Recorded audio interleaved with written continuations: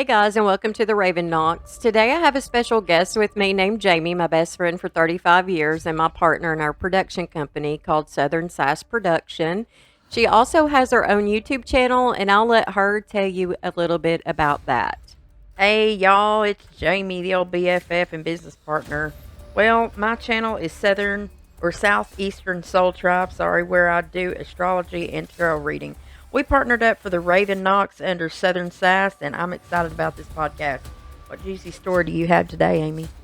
Oh, it is a juicy one. But before we begin, I want to say thank you for liking and subscribing to my channel. It means so much to me. A special thank you to my peeps abroad. We have all kinds of sickos over here too. And if you would like bonus episodes, you can be a premium member for $7 a month. That's basically like one Starbucks. So, with all that said, just so you know, the contents of this recording may contain graphic material, including death, torture, and explicit language may be used. The opinions are of my own and may be offensive to some listeners. Right or wrong, they are my opinions. We all have them, and if you do not agree, then ignore them like an adult and move on. Listener discretion is strongly advised.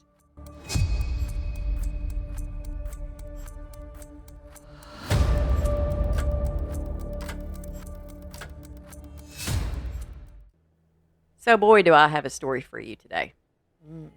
Are you ready? I'm ready.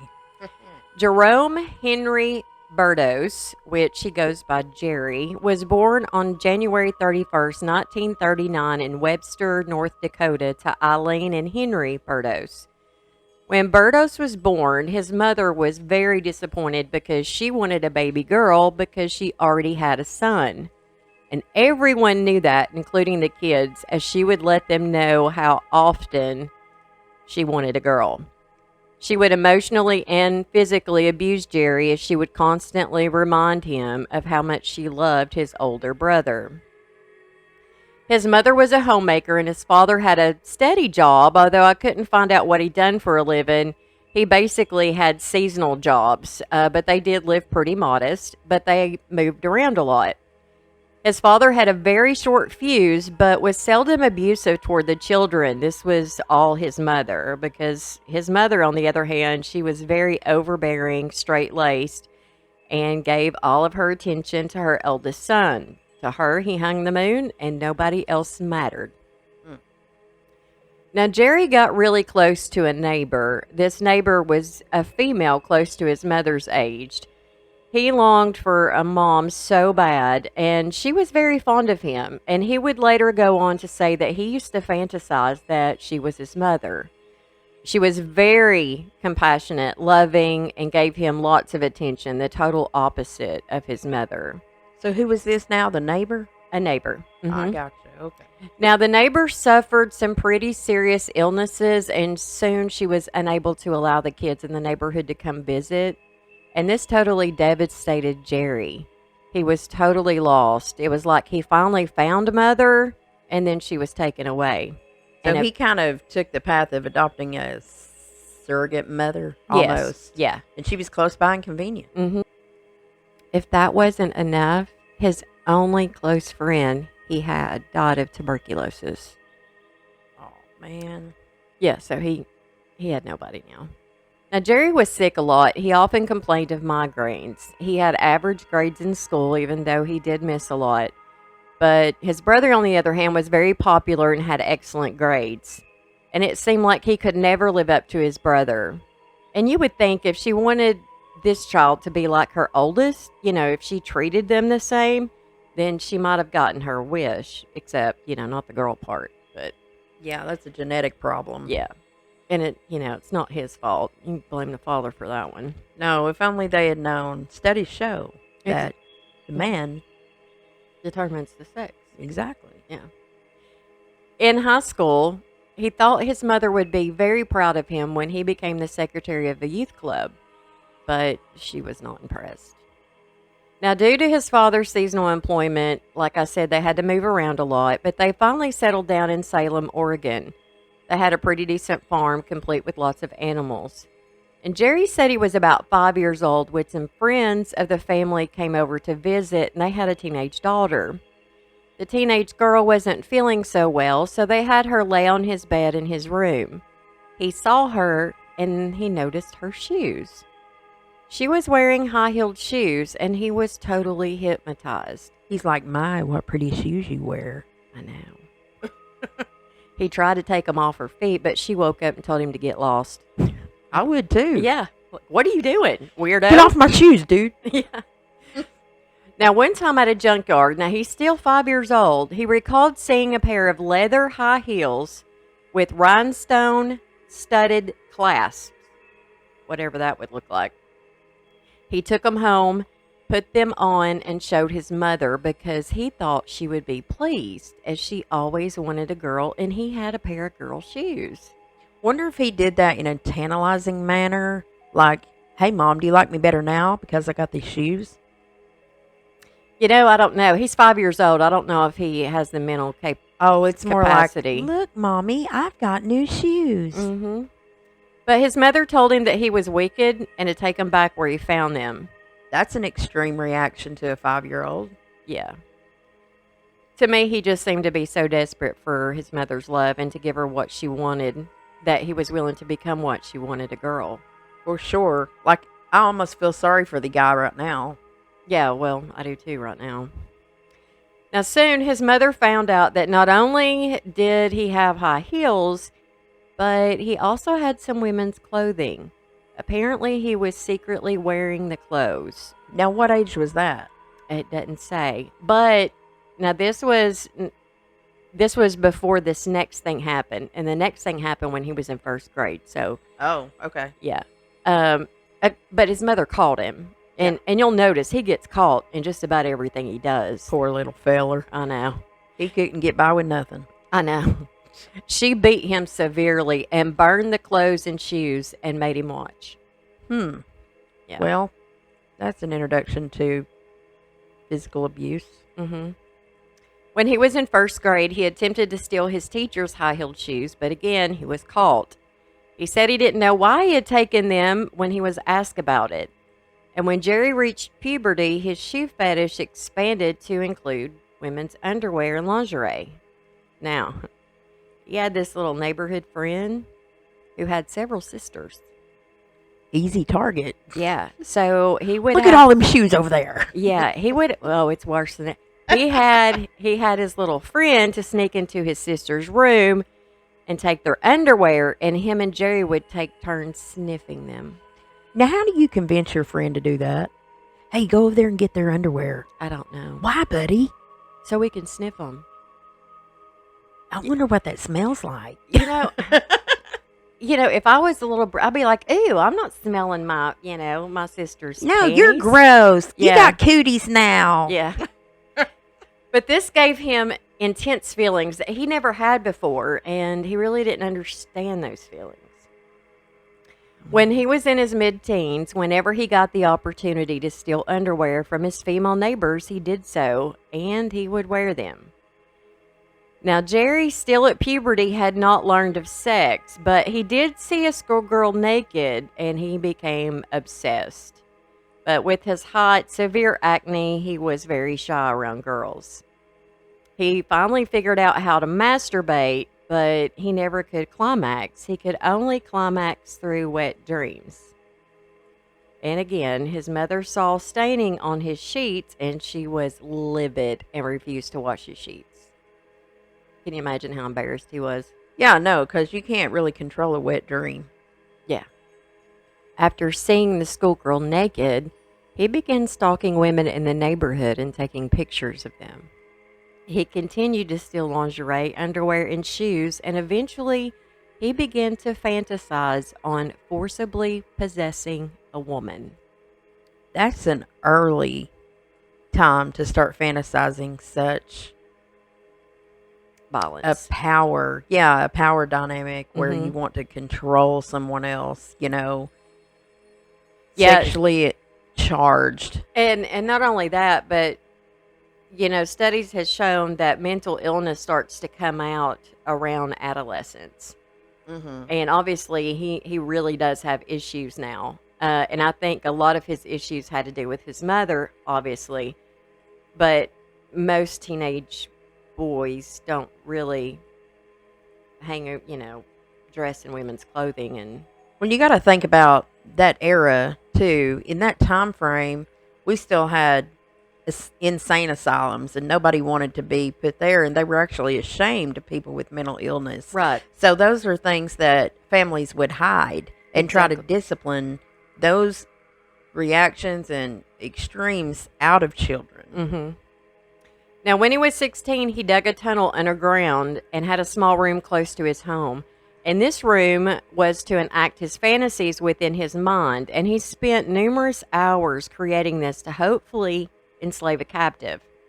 But no girl would ever visit this dungeon, thank God. I wouldn't either. But he did talk a girl into visiting his bedroom. Now, this is where it gets kind of lanky. He quickly, after the girl was in his room, he quickly exited the room only to return wearing a mask and holding a knife. He forced the girl to remove all of her clothes, and then he took pictures of her and then fled. Yeah. And a few minutes later, he reappeared wearing his original shirt with his hair a mess and a scuff mark on his cheek and told her an intruder had locked him in the family barn at knife point. Well, he's creative. Yeah. Jerry began a pattern of abducting girls his age or younger by knife point and forcing them into his barn, have them stripped naked, and he would take pictures of them. Would he act like he was a photographer or something? Well, no, he would lock them up in a corn crib.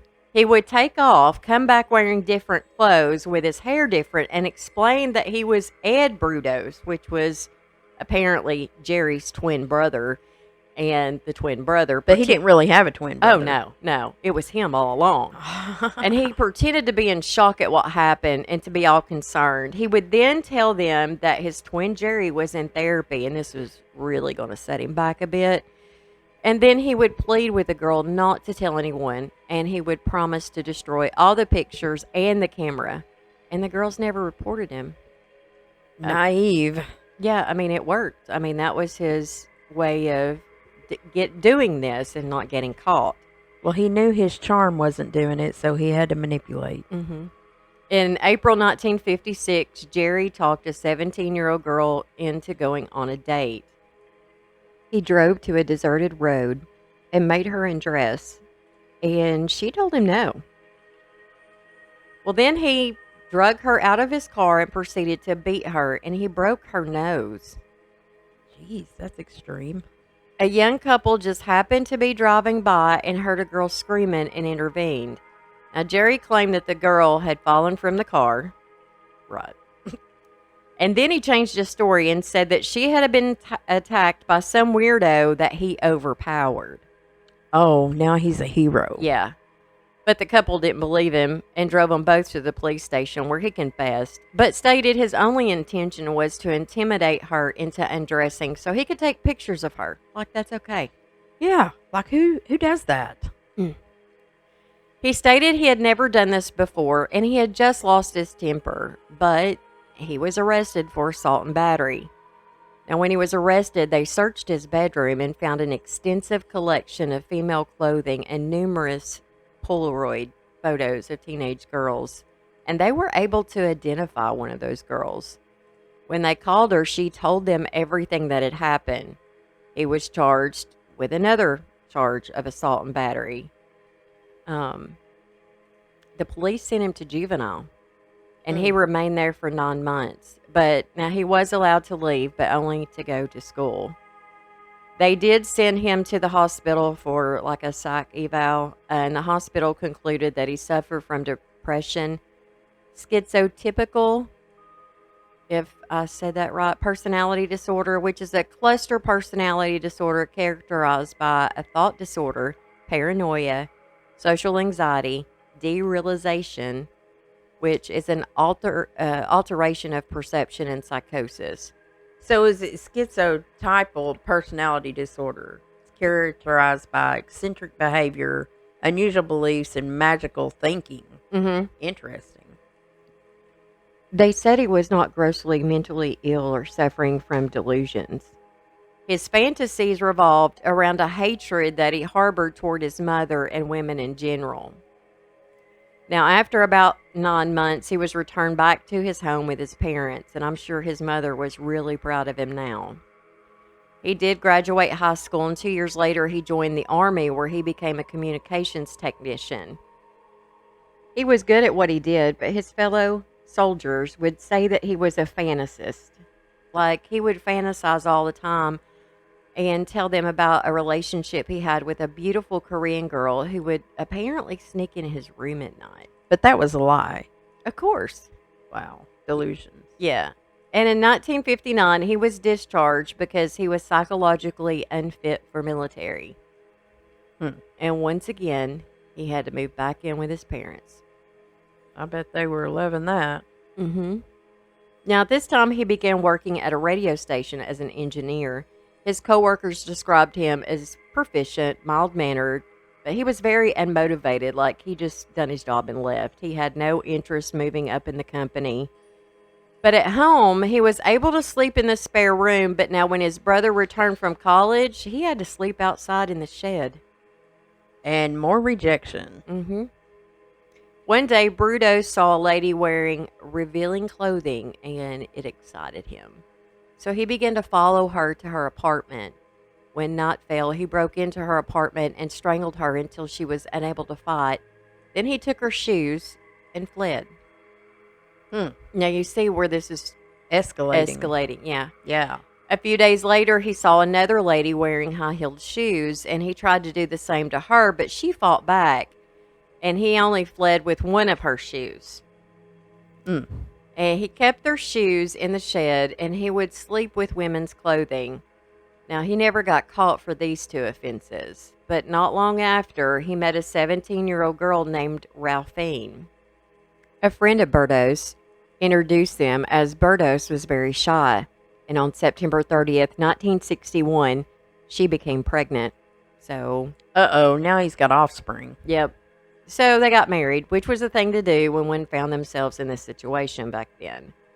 They lived in Portland, but shortly after they moved into a small house in Salem. They ended up having a daughter and a son.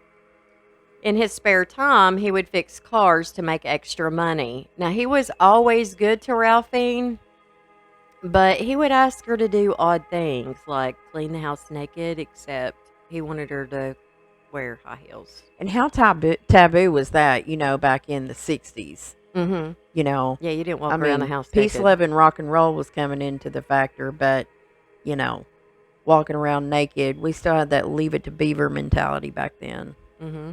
In most households, anyway. There was no affection in our house at all. Like, that was so taboo. You had nothing, so I couldn't imagine somebody, like, to this day, I've never seen my father without his shirt, But he would have her, just clean the house naked, only wearing a pair of high heel shoes, and he would photograph her a lot. When their daughter became a toddler, this would stop happening, as children need lots of attention, and that's where Ralphine's attention went, more toward her children than Brudos and his weird request. And he had gained some weight, and his physical appearance repulsed her. But that's a strong adjective. Yeah, but she never told him. Oh, yeah, she kept that to herself. They remained married, although their sex life suffered because of the kids and his physical appearance.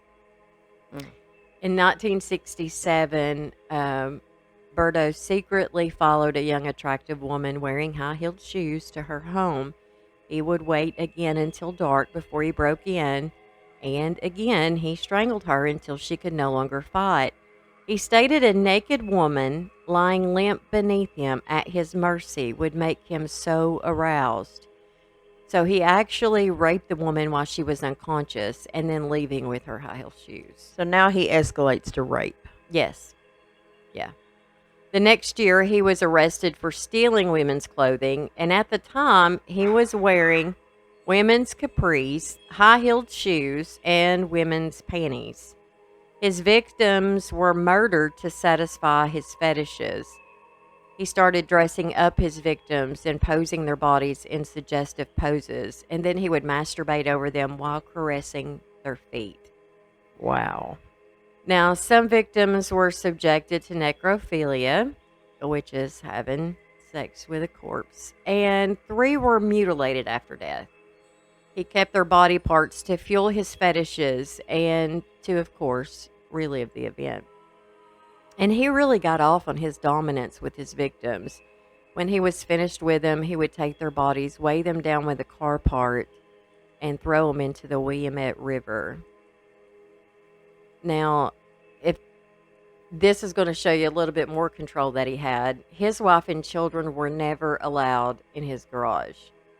Now, how would you feel about that as a wife? I would go to the garage. Me too. I think we're that defiant. Yeah. But back then, Yep. you think Beaver's mom would have done that? No, she would be like, okay, honey. Whatever you say. Mm-hmm. Now, this is where he kept their shoes, their panties, their clothes, all his trophies. Once a young girl by the name of Linda Slauson was only 19 years old. She was going door to door selling books. You remember how you went door to door? Oh, yeah. We had to buy every encyclopedia because we didn't have Google back then, and I was intrigued. Yeah. She accidentally mixed up the address and ended up at his house. And that bothers me because that's so unfortunate. It is, but, Yeah, apparently sometimes it was we her have time. karma. Yeah. She had thought she had an appointment there to show the books. But Brudos said that she was mistaken, but he pretended to show interest in the books she was selling. He lured her into his basement, and when Linda sat down and began to set her books out for display, he beat her over the head with a piece of wood and then strangled her to death with his hands. He hid her body under the stairs. He then asked his mother if she would take his daughter to lunch, and she did so. And then he proceeded to rape Linda's dead body. He dressed and redressed her in different lingerie and different shoes and would continue to rape her and take photos of her as he would pose her body. He took a hacksaw and removed her left foot and put it in the back of the freezer, which was in the basement. Wonder if that's the only reason why he bought that hacksaw. I wouldn't doubt it. In this day and time, that would have been caught on film at Walmart. Oh, I know. He would have went to Walmart and bought it because all murderers go to Walmart to buy their shit. For some reason. Yeah. Despite the cameras. And they have pretty freaking decent cameras. I know. Everywhere, down every aisle. It's like, why are you so stupid? Yeah, go to some mom and pop, like Yeah, Ace Hardware. a or flea something. market. No, we're not something. giving anybody any kind of ideas. Oh, yeah. Sorry. Yeah, go to Walmart. Yeah, go to Walmart. Every time. He would later get this foot out of the freezer and relive the moment while masturbating. He then threw her body off of a rail somewhere, but says he can't remember where. And I call bullshit on that. Did they ever find that body? Not that I know of. Well, Sus- seems he has a pattern of rivers. I know. Yeah. Now, yeah, you'll hear that. Susan Whitney was driving home from work when she ran into Brudos. Now, she had broken down, and he told her that he could fix her car, but he would need to drive home to collect the right tools. Now, she also had some hitchhikers in the car, and they came along too, as he promised to go ahead and drop them off where they wanted to go. And he did, because his ultimate goal was to have her alone and all to himself. He took her back home, and then Brudos asked her before she got out of the car to close her eyes and describe how to tie a shoelace without opening her eyes or using her hands. She didn't question this? No. I mean, if she, I don't know if she was like, why do you want me to do that? And he might have like, oh, it's just a game, or I don't know. I don't know what he said. Okay, well, my car's broke down and I don't feel like playing games. Yeah. I don't know how he convinced her to do this, but she did. Well, And as soon as she closed her eyes, he started to strangle her with a luggage strap. And then he proceeded to rape her.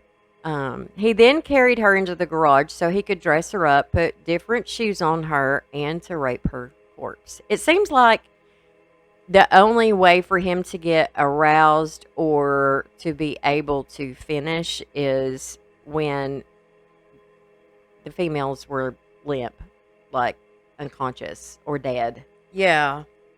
So you wonder, is it the If he fact that they're dead or the fact that they don't fight him and interrupt his process, Yeah. just I don't know. But later, never mind. Go ahead.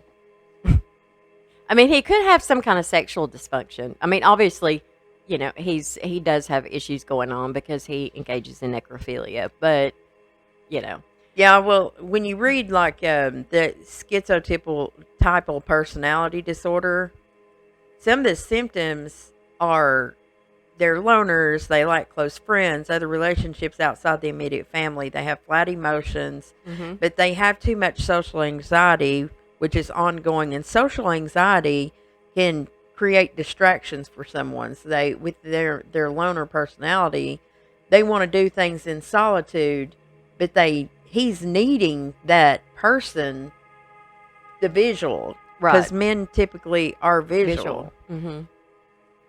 So after he does what he does, he hoisted her up to the ceiling of his garage for 2 days, and then he would play with her whenever he could get away from his wife. Now he goes a little further with this one and escalates a little more. He cuts off one of her breasts and he started using it as a paperweight, but the epoxy failed to do its job, so he had to think of something else to do with it. So he ends up stuffing the breast with sawdust and he pinned it to a wooden board. Okay, so what kind of papers are you pinning down with a breast? Yeah, he stuffed it with sawdust and he pinned it to a wooden board. So the skin, and that's taxidermy on a different level, man. Yeah. And I mean, I maybe a man could tell me, is there any men out there that would like to have, I guess, a boob for a paperweight? I mean, I mean, seriously, I know men are, fascinated with, a woman's breast, but like, are you that obsessed to where you have a paperweight? I mean, you need it on your desk, man. Yeah. I kind of found that a little weird, but, again, I'm not a man. Now, a car crashed into his garage 2 days after he had killed her, and it knocked a hole in the wall. Now, an officer came out and observed the damage, but because of the dust and the debris, he never saw her body. Now, the hole was at ground level, so it's not like the police are automatically looking for suspicious things, like a corpse hanging inside of a garage. Mm-hmm. Later, he removed her body, tied it to a railroad iron, and then she was thrown into the river, along with the severed foot he had collected, because it was starting to decompose and starting to smell. Can you imagine the panic he had that day Oh. when the car crashed? He's like, "Oh my gosh, my cover's blown." Yeah. I mean, they were that close. And then he probably thought himself lucky Mm-hmm. that they didn't even know. Right. And if they would have caught him, it would have saved some lives. Oh, sure. And it makes me think like how much that we ignore our intuition sometimes, because that there was probably a higher calling for that to happen. It was fate almost for that to happen, and somebody probably ignored their intuition and didn't go in there. Mm-hmm. And they probably had a feeling something was weird. Yes, but I mean, I couldn't imagine meeting this guy not thinking something was up with him. But, again, they didn't have, I guess, probable cause to search the garage. So, I mean, he might it was have. off topic, basically. Yeah. Or, he might have said, hey, can I come in or whatever? He'd be like, no, who knows? Mm-hmm. Karen Sprinker was an 18-year-old college student studying chemistry at Oregon State University when she was kidnapped by gunpoint outside of a store. So he is continuing to escalate. That's probably why that they didn't catch on to it being a serial killer, because every time the abductions happened or the disappearance took place, that part of it, although they were forcibly taken, they were all different in different ways, because sometimes it was luring and then it went into forceful taking of someone, and so they appeared on the front side to be different. Right. And then, it went from just strangling somebody until they passed out and then fleeing to actually killing them, then hanging them after they were dead, and then cutting off parts of their body. And then it continues to get worse. That's Karen was on her way to meet her mom, but she never showed up. Now, Burdos again was dressed as a woman, and he was driving the family's station wagon when he saw her wearing a mini skirt and high heels. He parked his car, and when he got out, she was gone.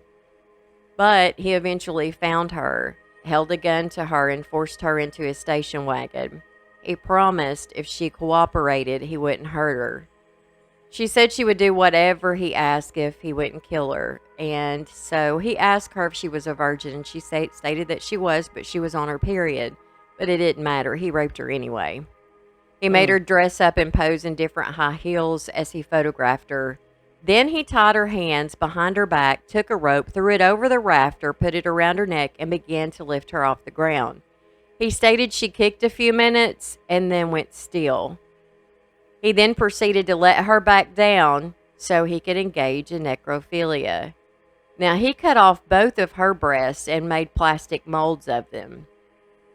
He then took part of a car engine, tied it to her, and disposed of her in the same river. A 24-year-old girl ran into Burdos in a stairwell basement where he tapped her on the shoulder, and when she turned around, she was looking down the barrel of a gun. Can you imagine that? wow. He didn't even give her time to think about it. No. He tells her to be quiet, and he tried to restrain her, but she was feisty, and she fought him back. She kicked him, she hit him, she bit him, she twisted his wrist, and attempted to turn the muzzle away from herself and back on him while biting his hand very deeply. And this caused him to slam her head into the concrete floor, but he fled. Wonder how he explained the marks on himself to his wife. I don't know, and I also wonder what he told his wife where he's at during these times. Yeah, she's got to be like, he leaves all the time. Yeah. Yeah. The very next day, a 15-year-old schoolgirl was forced by gunpoint, and this day he was driving a green Volkswagen. He told her that he wanted her to come with him, and he promised not to hurt her if she would cooperate, in which she said she would if he would let go of her coat. Now, this girl is 15 years old, but this girl's smart. They walked by a lady who was in her front yard, and she made a run for it. Smart girl. Yeah, so Brudos fled again. Now, she called the cops and told them about the man and what he was driving. She stated he was 6 foot tall, around 200 pounds, and wore dark glasses. Now, they went around to local sex offenders, but none matched. But you have to remember, back then, they didn't have a database. True. And it seems like he was driving a different car. Yeah, he did this one time. Yeah, he was driving a different car. Now, Lisa Saley was a secretary and a part-time student when Brudos kidnapped her from the shopping mall late one afternoon in April 1969. Like, he was kidnapping women in broad daylight. I mean, dude had a set of balls. Yeah, because he went from doing it inconspicuously to just out and out. Hey, let me go to the mall and snatch this one. Yeah. I need this now. Mm-hmm. Very impulsive. She had just went birthday shopping for her fiance and was walking to her car when she was approached by a male claiming to be a police officer. Now, he's upped his ante here. Mm-hmm. He did produce a badge, which was fake, but she didn't know it at the time. He informed her that she was being arrested for shoplifting. She tried to tell him that she paid for everything she had and that she had receipts, but he ordered her to his car. Now, any normal, good citizen would obey an officer, so I can see her totally going with this. Mm-hmm. Once in the car, he told her that she was being held for ransom. He took her home to his garage. Now, here's the kicker. He thought his wife and children were out visiting relatives when he told her to follow him as he went through the yard toward the house. But suddenly his wife opened the door and informed him that supper was ready. Oh, snap. Yeah. Now, I bet he thought he was caught then. Oh, I bet. Now, they both froze. Apparently, she was behind him, and I'm assuming that Ralphine never saw her because she never said anything. Now, he told his wife that he would be inside in a few minutes, and when she went back inside, he ordered Lisa into his garage. He then tied her up with a cord and went to have dinner with his family. Now, Lisa was able to untie herself from the cords, but this had taken some time, and by the time she was untied, he had came back into the garage before she had an opportunity to Man, escape. she was so close. I know. She was. Now, she did fight him as hard as she could, and he put the leather strap around her neck. She scratched him and kicked him as he pulled her off her feet. And when she passed out, he raped her, but as he was raping her, he was strangling the life out of her. Mm. He then hung her from the rafters, just like he had with the other victims. But he takes this a step even farther. He places a needle into her rib cage beneath each armpit, in which he ran an electrical current to animate her body. But he was very disappointed because it didn't work. It just burned her skin. It failed to make her jerk, so his new experiment failed. He kept her for 24 hours before tying her to a gearbox and again tossing her into the river. Now, he created a mold of her breasts, but with her, he didn't remove them because he didn't like the color of her nipples. They were a little too pink. Wow. Yeah, now he's getting picky. Clearly. Yeah. On May 10th, 1969, two men had decided to go fishing. They discovered a lot more than fish that day when they spotted a body floating in the river.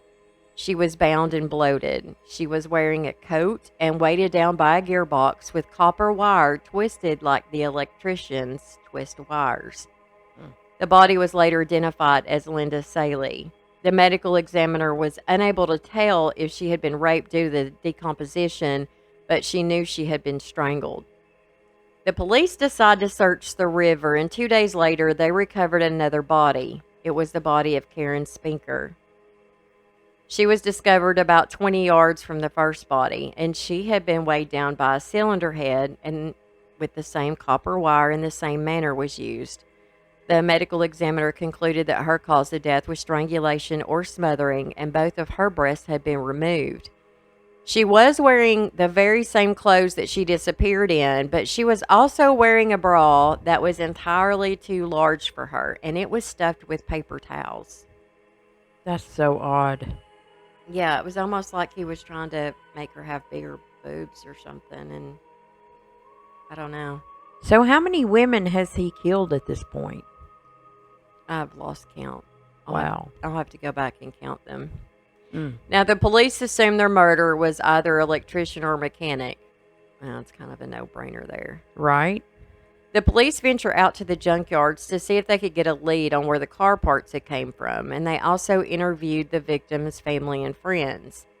When they began to interview Karen's fellow students, they came upon a lead. Seems like a man had been calling female students asking for a date. He would state that he was a veteran and was lonely and just wanted some company. Most girls blew him off, but one girl felt sorry for him and decided to go. She stated to the cops that he was a white male in his late 20s to early 30s, slightly overweight, and he had blondish red hair that was starting to thin, and he had freckles. He was driving an older, dirty station wagon, and in the car, children's clothing was in it. She did not enjoy the date, and apparently Brudos had noticed this because he told her that he understood why she may feel uncomfortable because of the murders that had taken place. He brings that up to a victim. He brings that up. And then when he takes her home, he asks her why she agreed to go out with him, and she said it was just because she was curious. Now listen to this. He then asked her how she didn't know that he wouldn't take her to the river and strangle her. Here's your sign. Can you imagine you just met someone asking you that question? Like, I don't think I could get away fast enough. Me either. I would be like, what is wrong with you, man? Yeah. I got the goat. Yeah, you talk about the hair standing up and chills, man, if somebody says something like that to you. Yeah, I bet it made her feel kind of dumb. Yeah, well, hopefully it made her think the next time about, some decisions that she's making. You would hope. Now, the cops told her if he ever contacted her again to call them and, before she done anything. And it was only a week later, he did, in fact, call her to go out with him again. Uh-oh. Yeah, but this time, cops were waiting for him at the agreed meetup place where she was supposed to meet him. He was arrested as he was walking toward the spot, thinking he was, going to meet his date. He told the cops his correct name and age, but he gave them a fake address. Unfortunately, they had to let him go because they had no reason to hold him. I wonder why that he decided not to forcibly take this girl. I don't know. It's so odd. Yeah, because For him to change it up. It's almost like subconsciously he wanted to get caught. that's a thought. Because he had succeeded previously right. with force. And he was escalating to a point to where he was doing abductions in the broad daylight. Yeah. Unless he just didn't like the way she looked. She didn't meet up. Maybe he was still contemplating if he wanted to go there with her or not. Yeah, could be. And then later decided he did, and that's why he asked her out again. Starting to be curious about the psychology of his victims, possibly. Mm-hmm. Background check revealed that Brudos had a history of physical and sexual violence toward women, and a search of the vehicle database revealed his actual address. And it just so happened to be close where Linda Slauson had been seen alive. He only lived a few blocks away from the mall where she had been abducted. Now, even though he didn't drive a Volkswagen, they concluded that his mother did, and they verified that she had allowed Brudos to borrow her car on the day of Linda's abduction. On May 29th, 1969, the cops finally had enough to hold him on the abduction of Gloria Smith. He was detained by State Highway Patrol as they pulled him over and found Ralphine at the wheel, and Brudos was in the very back of the station wagon, hiding under the blanket. Okay, so she's driving around. Dude's hiding behind a blanket, and she ain't asking why before she even takes off. I know. It's like, I'd be like, what the hell are you doing hiding under a blanket back there? Get the hell out from under that. Yeah, what have you done? Mm-hmm. So that makes me question Miss Little Ralphine. Big time. Now, once at the police department, he called his wife, Ralphine, and asked her to destroy all the evidence in his garage. And she told him, no, I'm not doing that. Good for her. They brought Gloria in. Now, remember, this is the girl that had him let go of her coat, and then she took off. Yeah. She identified Brudos as the man who had held her at gunpoint. They got a search warrant for his property, and 8 days later, they searched it. On May 26, 1969, the cops entered his garage, and they found an abundance of women's lingerie, high-heeled shoes, a list of phone numbers to a fraternity house that housed female students. They also found a large stack of Polaroid pictures of young women, some alive, some deceased. Several photos showed a deceased woman hanging from the rafters with a mirror underneath her body, and the mirror captured him as he was taking the picture. That was a big mistake. Yep. And one of the females in the picture the police knew, and it was a picture of Karen. She was standing nude with the exception of high-heeled shoes and the look of terror on her face. Wow. They also found the severed breast that had been coated with epoxy. They found it in the living room on the mantle. So apparently he took it off the board and put it on the mantle. And I have to say, I don't know how Ralphine was. I don't know if she was all there in the head, if she was stupid, or if she was just one of those very good wives that never questioned anything. I bet they didn't bring the preacher over for Sunday dinner. Yeah, but I'll be damned if I'm going to let a boob be on my mantle. Especially somebody else's. The only rack you need is mine. What are you talking about? I mean, how do you not? You had to have known that it's real. It's not something store-bought. Well, who has store-bought tits in 1969? Well, I guess that would be easier to believe than it being a real boob. Like, it's a gag gift. For who? Yeah, but they didn't have Spencer's back in 1969. But honey, we've got children. I know. Go to Spencer's, buy a tit. Yeah. Use it. At this point, I just wonder, man, God. I can't. So Who is this lives his next to- story that he had a tit on the? Yeah, this is comprised of, his confession and what the police found. That's what I'm thinking, because when you Yeah, look it both. up, you see that they had 4 known victims: Linda Slauson, age 19, Linda Salee, 22, Karen Sprinkler, 19, and Jan Whitney, age 23, and the attempted abduction of 2 other females. So there's 6 in total, 4 successful that they found bodies for, but he has other stories. Yeah, and then, I mean, if he's going to admit to 4, how many more? Oh, there has to be. You know? And he's telling these stories. They're all pretty significant. And the other thing is, like, on some of these, it was one day and then the next day or a week later. Like, these wasn't, it wasn't like he killed somebody and then 6 months later he does it again, or a year later. These are very frequent. And then the failed attempts still didn't stop him. Right. Now, they also found copper wire that had been used to bind the victims, the ones that they had pulled out of the river. And so they put him under surveillance. Now, I'm not sure why it took so long to actually arrest him, but I do appreciate the fact that they, that they make sure they have all their stuff, because you can only be tried once for a crime. Mm-hmm. But you would think that they would have enough on him to arrest him then. I mean, I think in this day and time, it would have been like a slam dunk. Yeah. Immediately. Now, Brudos was questioned again pertaining to what they had found in the garage and his connection to the victims. They had identified at this point 3 of the women, and at first he denied everything, of course.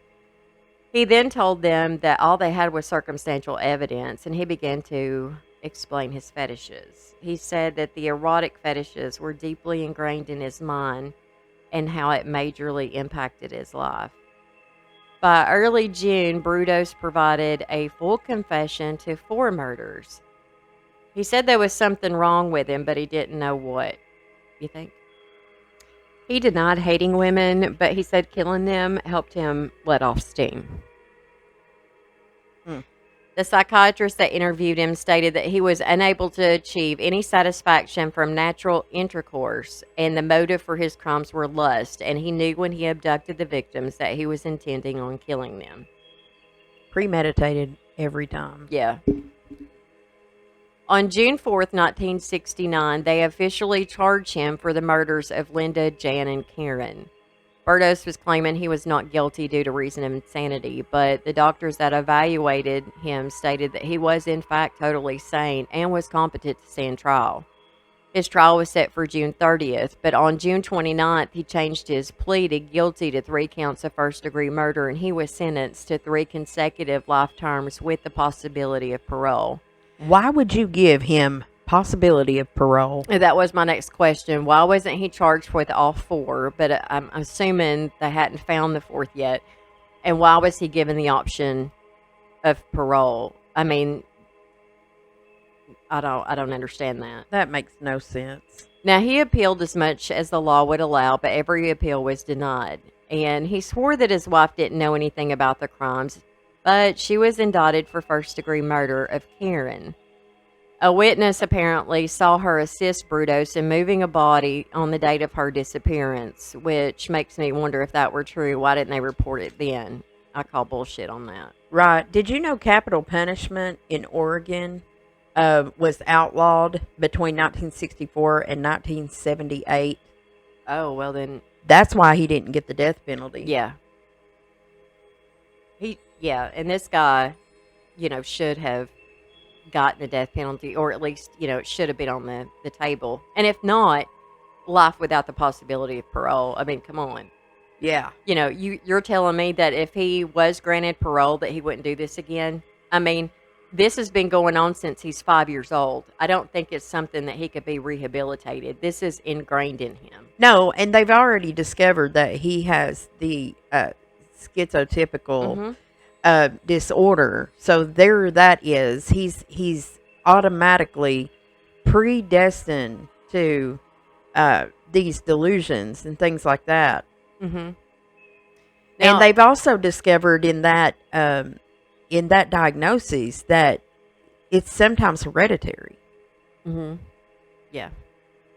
Now, Ralphine denied this, of course, and other witnesses refuted this in her trial in September 1969. And shortly after Brudos' arrest, Ralphine, she was arrested for being an accessory to murder in one of the crimes, despite her stating her innocence. So this is the second time that they're trying to get her. Now, their children were placed in state care at that time, and they questioned her 7-year-old daughter at the time at the trial. But she was acquitted of all charges in October 1969 and regained custody of her children, at which point she changed her name and relocated to a different state. Can't blame her there. I would hate, knowing that that's what they grew up with. It'd be interesting to know where his children are now, but we'll never know. Right. They're out here in the world. Yeah, under a different name, so. Hmm. And I'm sure that's the last thing they want to talk about. I'm sure. But it makes you wonder if that's hereditary, if either of his kids were boys. Did they inherit? And I say that because typically it shows up more in boys than it does in females. Since Brudos was a sex offender, he also had his fair share of sexual assaults, but refused to name his assailants. Now, this is the only place that I found that. There's nothing like that.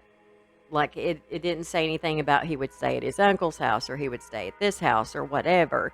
Mm-hmm. This is the only place that it's mentioned. So I'm not really sure how factual that is. Right. He was a model prisoner and had many jobs within the prison and was permitted.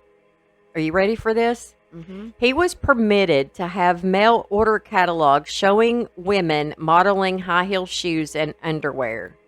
Oh, that's a steep punishment. Not? Yeah, that's like right up his alley. I mean, why would you encourage that? I don't know. I don't even know why that's even allowed in there. Wow. On June 21st, 1995, he was told after being denied parole that he would be spending the rest of his life in prison. His psychiatrist stated that Brudos as having a psychopathic personality, noting his callousness and lack of remorse. Now, when he was asked if he had any remorse or if he felt sorry for his victims, he stated he cared for them about as much as he did a piece of paper, as he wadded the paper up and threw it in the floor. Wow, hence his paperweight. Yeah. So he has no remorse, no nothing. Now, he did die of liver cancer while incarcerated on March 28th, 2006. He was 67 years old and the longest incarcerated inmate of 37 years in the Oregon Department of Corrections. Makes you wonder why he got off so easy in death. I don't know. I mean, it would have been nice if he suffered something. I mean, I don't know how painful liver cancer is, but it would have been nice if he would have suffered something that was just horrible. Mm-hmm. But that, my friends, is the shoe fetish killer. He was a serial killer. Not many people talk about him for some reason. But he was one who allowed his fetishes to consume him. And that's fetishes taken on a whole different level. Right. So, moral of the story, be careful about those shoe fetishes, guys. Yeah. I mean, girls, you might want to put your heels up. I'll never put up my heels. All right, guys, if you like the show, please like and subscribe and share it. It really does make a difference. Again, if you would like bonus episodes, it's only $7 a month, like it's one Starbucks coffee. And we will see you again next time. And until then, be safe. Yeah, y'all be safe and watch the shoes. Yeah, put up those heels.